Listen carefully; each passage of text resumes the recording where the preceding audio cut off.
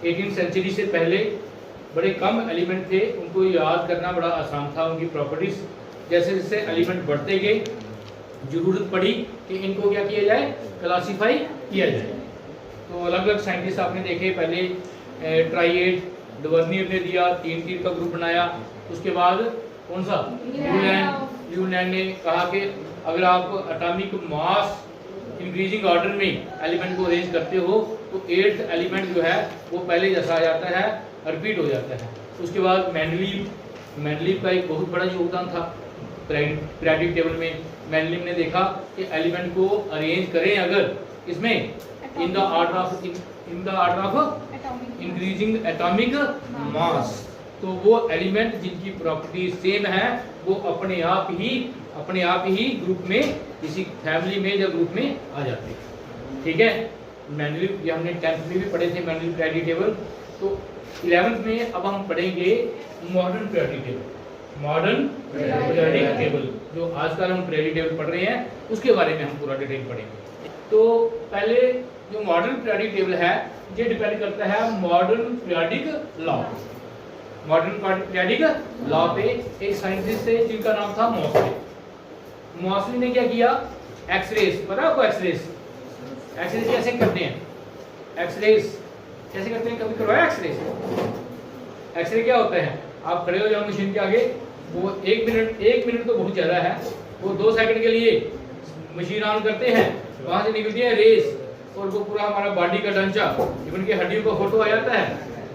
पता आपको? कभी कोई फ्रैक्चर हो तो वो देखना हो तो एक्सरे की जाता है, तो हड्डी, छोटी से छोटी हड्डी भी बता देते हैं इसमें कोई ब्रेकेज है या नहीं है। मीन 1 सेकंड का 2 सेकंड रे डालने से वो पूरा आपका अंदर का ढांचा आ गया।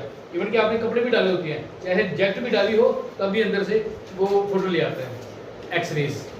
तो एक्सरेज आपने पिछले चैप्टर में पढ़ा, वो देखिए सामने हाइड्रोजन एटम का क्या था वो, है ना, energy level diagram of hydrogen atom, जिसको हम बोलते हैं एटॉमिक स्पेक्ट्रम। हमने आपको बताया था कि जो एटम है उनको स्पेक्ट्रोमीटर पे रखते हैं तो उसकी लाइन की फॉर्म में फोटो आ जाता है। ठीक है, आपको पता है स्पेस में हमारा कौन गया है, चंद्रयान 3 गया है, तो वहाँ उन्होंने सर्च किया है कि इसमें एल्यूमिनियम भी है, मैग्नीशियम भी है, आयरन भी है। कैसे पता चला होगा बताओ? स्पेक्ट्रो, हाँ, स्पेक्ट्रम एक्चुअली क्या है, जब उस मशीन के उन्होंने स्पेक्ट्रोमीटर लगाया होगा, जब उसके सामने आता है मैग्नीशियम, तो मैग्नीशियम ही पता चलता, उसका ग्राफ बन जाता है in the form of lines. जब लाइन बनती है, हर एक एलिमेंट का, हर एक एटम का अलग अलग ग्राफ है, अलग अलग स्पेक्ट्रोफोटोमीटर है। जैसे आपका फोटो खींचे सबका अलग अलग फोटो आएगा ना, ऐसे ही हर एलिमेंट का स्पेक्ट्रोग्राफ जो है, लाइंस की फॉर्म में जो ग्राफ बनता है वो सबका अलग अलग है भाई। तो जब ग्राफ साइंटिस्ट देखते हैं कि ग्राफ किसका है जी, ये मैग्नीशियम का बन रहा है, फिर मैग्नीशियम इसमें है। ठीक है, ये आयरन की लाइन आ रही है तो आयरन भी वहाँ है, समझ आया ना? किससे पता चलता है? ऐसे हम सोचते हैं यार चंद्रमा में जाके वो बता रहा है आयरन है, मैग्नीशियम है, कैसे पता चलता होगा? समझ आया? तो ये हर एक एलिमेंट का स्पेक्ट्रोफोटोमीटर जो दिया जाता है उसी से पता चलता है। तो मॉसले ने क्या किया, मॉसले ने हर एलिमेंट का एक्सरे लिया। हर एलिमेंट का क्या लिया? एक्सरे लिया। और उसने देखा जो एक्सरे है, हर एलिमेंट का एक्सरे जो है वो डिपेंड कर रहा है किस पे? एटॉमिक नंबर पे। Atomic number mean number of protons and number of electrons if atom is neutral, पता ना? ठीक है, उसने देखा कि जैसे जैसे एटॉमिक नंबर बढ़ता जा रहा है ऐसे ऐसे एक्सरे जो है उसमें क्या आती जा रही है, चेंज आ रही है। ठीक है, उसने देखा जो एक्सरे से फ्रीक्वेंसी एमिट होती है, ये जो frequency, square root of frequency, mu frequency हो गया, स्क्वायर रूट ऑफ फ्रीक्वेंसी जो एक्सरे से एमिट होती है, फ्रीक्वेंसी पता नहीं आपको, number of waves passing through a given point in 1 second. तो एक्सरे से, जो एलिमेंट के एक्सरे से फ्रीक्वेंसीज, जो उसे रेज की जो फ्रीक्वेंसी है वो डिपेंड कर रही है नंबर ऑफ किस पे?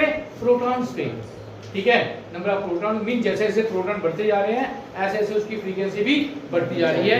वहां से उसने कहा कि एलिमेंट की प्रॉपर्टी जो है वो एटॉमिक मास पे नहीं, मैंडेलिव ने क्या कहा था, एटॉमिक मास पे डिपेंड करती है। उसने कहा नहीं, हम अगर एटॉमिक नंबर को माने, किसको माने, एटॉमिक नंबर को माने, तो हम बेटर एलिमेंट की स्टडी कर सकते हैं। तो उसने कहा the periodic property of element are periodic function of their atomic number but not the atomic mass. जी लिखा उसने मॉडर्न पीरियोडिक लॉ, लिखो इसको। According to this law, Mauchly ने जो दिया था, according to this law, the properties of elements are periodic function, periodic periodic function of their atomic number.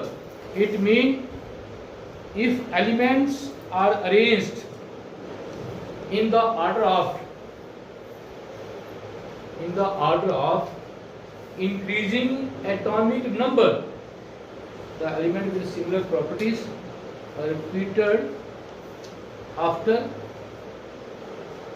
a regular interval of time.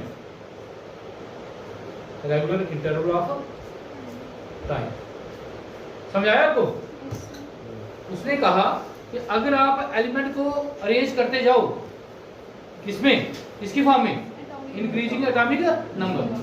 मैंडेलिव ने कैसे किया था, इंक्रीजिंग एटॉमिक मास बीट, लेकिन उसने कहा नंबर के बेस पे अगर आप अरेंज करते जाओ, ठीक है, जिसका एटॉमिक नंबर कम है, जिसमें प्रोटॉन कम है, उसको पहले ले लो।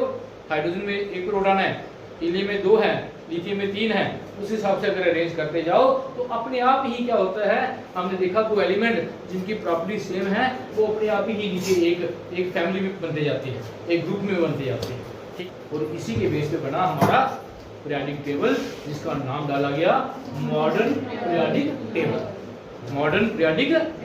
जहाँ मॉसले पीरियोडिक टेबल, जहाँ बोर पीरियोडिक टेबल, क्योंकि जो बोर का मॉडल है, बोर ने दिया था प्रिंसिपल क्वांटम नंबर, पता आपको, नंबर ऑफ क्या होते हैं, शेल होते हैं, जे पीरियोडिक टेबल पी उसी पे डिपेंड करता है।